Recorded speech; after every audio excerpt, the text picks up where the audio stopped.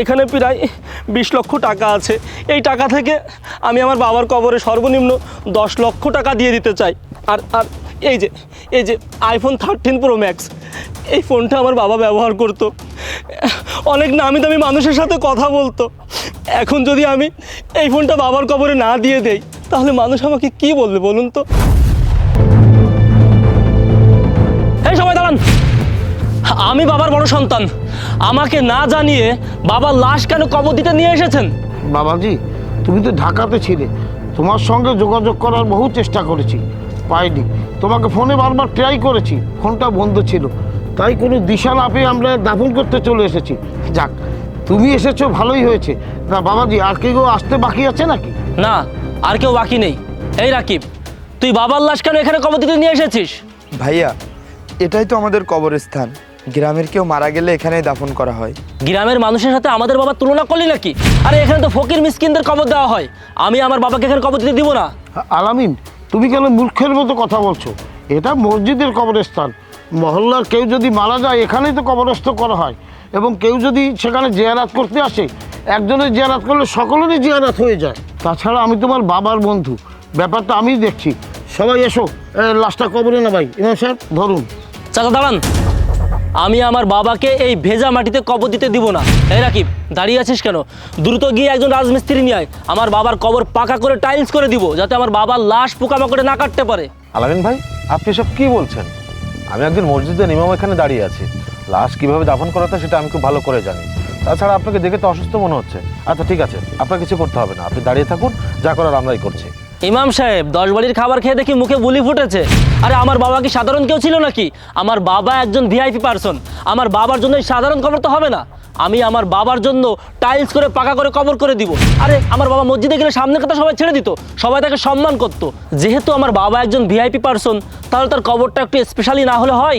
দেখুন আলামিন ভাই, একজন মৃত ব্যক্তি কবরে ঈমান আমল আর কাফন ছাড়া কিছুই নিয়ে যেতে পারবে না। এখন আপনি যে কথাগুলো বলছেন, এগুলো তো সম্পূর্ণ ইসলাম বিরোধী। আর আপনি যদি এটা করেন তাহলে তো কুফরি করা হয়ে যাবে। এই আপনি চুপ করুন, আমি আপনার সাথে কথা বলছি না। এই রাকিব, তুই আমাকে না জানিয়ে বাবাকে এখানে কেন কবর দিতে নিয়ে এসেছিস? ভাইয়া, সব কিছু আলী চাচাই বলেছে। আলী চাচা, বাবাকে দাফন করার জন্য যে কাফনের কাপড়টা নিয়ে এসেছেন, তার গজ কত করে? 40 টাকা গজ বাবা। কি, মাত্র 40 টাকা কাপড়ের গজ? আচ্ছা, আপনারা এমন কেন বলুন তো? আমার বাবা কি সাধারণ কেউ যে তাকে আপনারা 40 টাকা গজের কাপড় দিয়ে দাফন করতে নিয়ে এসেছেন? আমার বাবার কি কোনো কিছুর কমতি আছে নাকি? এই রাকিব, এখনো কেন দাঁড়িয়ে আছিস? যা, খুলনা শহরে গিয়ে নামি ইতালি ব্র্যান্ডের কাপড় নিয়ে চলে আসবি, যা। বাবা আলামিন, কিছুদিন আগে আমার বাবা মারা গেছে, তাকে তো এই একই কাপড় দিয়ে দাফন করা হয়েছে। তাছাড়া কাপড়টা তো উন্নত মানের, তাতে অসুবিধাটা কোথায়? আহা, দেখো তো কাণ্ডটা। আরে আপনি আপনার বাবার সাথে আমার বাবাকে কম্পেয়ার করছেন। আরে আমার বাবার কোনো কিছুর অভাব আছে নাকি? আপনার বাবার মতো যদি সাধারণ কাপড় দিয়ে আমার বাবাকে দাফন করি, তাহলে সমাজে কি আমাদের মান সম্মান থাকবে? তাছাড়া আমি একটা কথা ক্লিয়ার করে বলে দিচ্ছি আলী চাচা, আমি আমার বাবার কবর আগে টাইলস দিব, পাকা করব, তারপর ভালো নামি দামি ব্র্যান্ডের কাপড় পরাবো, তারপর দাফন করব। এর আগে না কিন্তু। আলামিন ভাই, একটু বেশি বেশি হয়ে যাচ্ছে না? আপনি তো দেখি মুরব্বী মানছেন না। আচ্ছা ঠিক আছে, আপনার মনের খায়েশটা কি বলুন তো? ইমাম সাহেব, আপনি আমার মনের খায়েশটা বুঝতে পারছেন না? তাহলে শুনুন, এই যে ঘড়িটা দেখছেন, বিগত 20 বছরে কোনো দিনও আমার বাবা হাত থেকে খুলিনি। এই ঘড়িটা আমি আমার বাবার কবরে দিয়ে দিতে চাচ্ছি। তাছাড়া এখানে প্রায় 20 লক্ষ টাকা আছে। এই টাকা থেকে আমি আমার বাবার কবরে সর্বনিম্ন 10 লক্ষ টাকা দিয়ে দিতে চাই। আর এই যে আইফোন 13 প্রো ম্যাক্স, এই ফোনটা আমার বাবা ব্যবহার করতো, অনেক নামি দামি মানুষের সাথে কথা বলতো। এখন যদি আমি এই ফোনটা বাবার কবরে না দিয়ে দেই, তাহলে মানুষ আমাকে কি বলবে বলুন তো? ইমাম সাহেব, আমি আপনাকে হাত জোর করে অনুরোধ করছি, আমার বাবার কবরে এই সামান্য কিছু দিয়ে এই এলাকার মানুষের মুখে একটা আলোড়ন সৃষ্টি করতে চাই। তা না হলে বোঝেন তো আমাদের মান সম্মানটা কোথায় যাবে? আলী চাচা, আপনি ইমাম সাহেবকে একটু বুঝিয়ে বলুন। রাকিব কোনো বিষয় না, ওকে আমি ম্যানেজ করে নিব। আচ্ছা, আপনার কি কথা বলা শেষ হয়েছে? এখন আর কিছু মনে পড়ছে না, তবে একটু পরে যদি কোনো কিছু মনে পড়ে তাহলে আমি বলবো।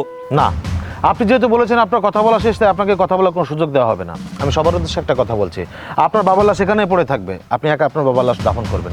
তবে যাবার আগে আমি কিছু কথা বলে যেতে চাই, যে কথাগুলো সবাই মনে রাখবেন। একটা মানুষ মারা গেলে তার সকল ক্ষমার দুয়ার বন্ধ হয়ে যায়। 2, একটা মানুষ মারা গেলে তার কোনো সম্পদ তার কোনো কাজে আসে না। 3, আপনি যে বললেন আপনার বাবার কবরে আপনি টাকা, ঘড়ি, মোবাইল দিবেন, এগুলো আপনার বাবার কবরে কোনো কাজে আসবে না। এগুলো যদি দিতেই হয় তাহলে কোনো মসজিদ বা কোনো এতিমখানায় দান করুন, তাহলে সেখানকার মানুষ এগুলো পেয়ে আপনার বাবার জন্য দোয়া করবে।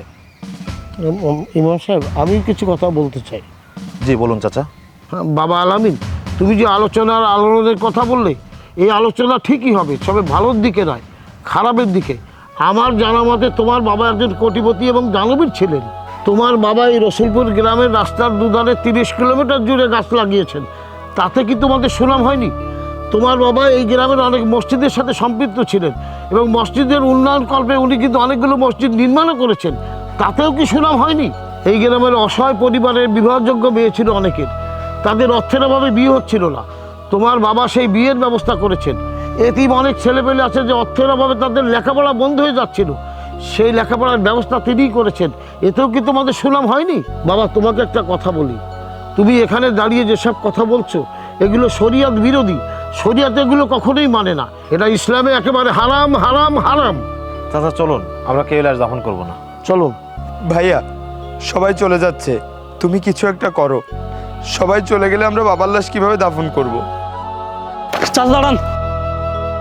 চাচা, চাচা যাবেন না চাচা, চাচা, চাচা, আপনারা চলে গেলে আমার বাবার লাশের দাফন করবে কে? চাচা, আমাকে ক্ষমা করে দিন, আমি আমার ভুল বুঝতে পেরেছি চাচা।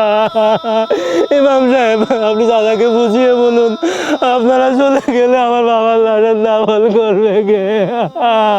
কেন আপনি করবেন? আপনার তো কোনো কিছুর অভাব নেই। ইমাম সাহেব এভাবে বলবেন না চাচা, ইমাম সাহেবকে বুঝিয়ে বলুন, আপনারা চলে গেলে বাবার লাশের দাফন করবে কে? এই রাকিব, চুপ করে দাঁড়িয়ে আছিস কেন? হ্যাঁ, ইমাম সাহেবের ক্ষমা চা। ভাইয়া, অন্যায় করলে তুমি আর মাপ চাইবো আমি, এটা কেমন কথা? চাচা, চাচা দয়া করে আমার বাবার লাশের দাফন না করে যাবেন না। ইমাম সাহেব, দয়া করে বাবার লাশ দাফন করুন, তারপর এখান থেকে যাবেন। আরে আমি তো আমার ভুলটা বুঝতে পেরেছি, আমি তো অনুতপ্ত হয়েছি, আপনাদের কাছে তো বারবার ক্ষমা চাচ্ছি ইমাম সাহেব।